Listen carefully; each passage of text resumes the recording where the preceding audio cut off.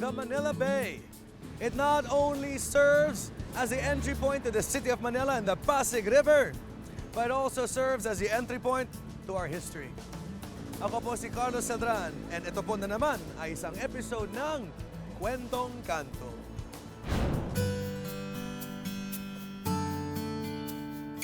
Manila Bay has been witness to trade and commerce between the Philippines and other countries. Ito ay may area ng 1,994 square kilometers, a coastline of 190 kilometers, and is situated in the western part of the island of Luzon. But on April 25, 1898, a very important moment in Manila's history occurred. Theodore Roosevelt ordered George Dewey to gather intelligence regarding Admiral Patricio Montojo's Spanish fleet. Noong April 30, 1898, Commodore Dewey arrived in the Philippine Islands via Subic Bay. Later that day, Admiral Montojo learned that the Americans had left Subic Bay at night and were now headed towards Manila Bay.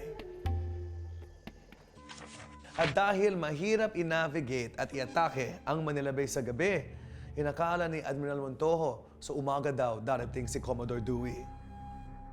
But at midnight, Dewey boarded the USS Olympia, a protected cruiser, and led his squadron into the Manila Bay.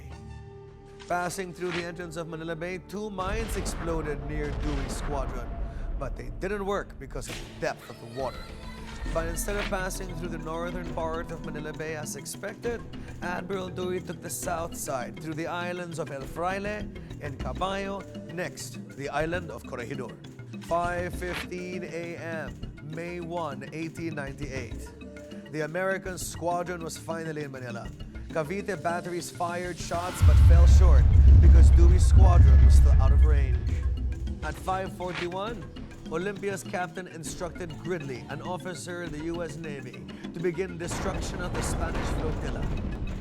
The U.S. squadron attacked the Spanish armada and forts 5 times with a range of 5,000 yards to 2,000 yards.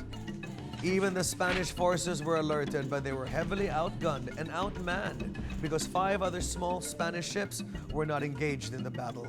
Montojo accepted defeat, but was still not surrendering. Out of the 400 crew, half of them, including Montojo, were injured. At 7:45 a.m., Dewey was winning, but had to withdraw from the battle. He was informed by Gridley that only 15 rounds of 5 inches of ammunition remained per gun. So Dewey informed his men to halt and allowed the crew to have breakfast. Pagkatapos ng encounter, in total 3 Spanish ships ang nasunog. Pero sa side naman ng Amerikano, 1 lang ang destroyed. And that battle made Commodore Dewey an American hero. And to honor him, they named a boulevard in Manila after him, Dewey Boulevard, which we today now know as Rojas Boulevard. Ako po si Carlos Celdran, and I'll see you next time on Kwentong Kanto.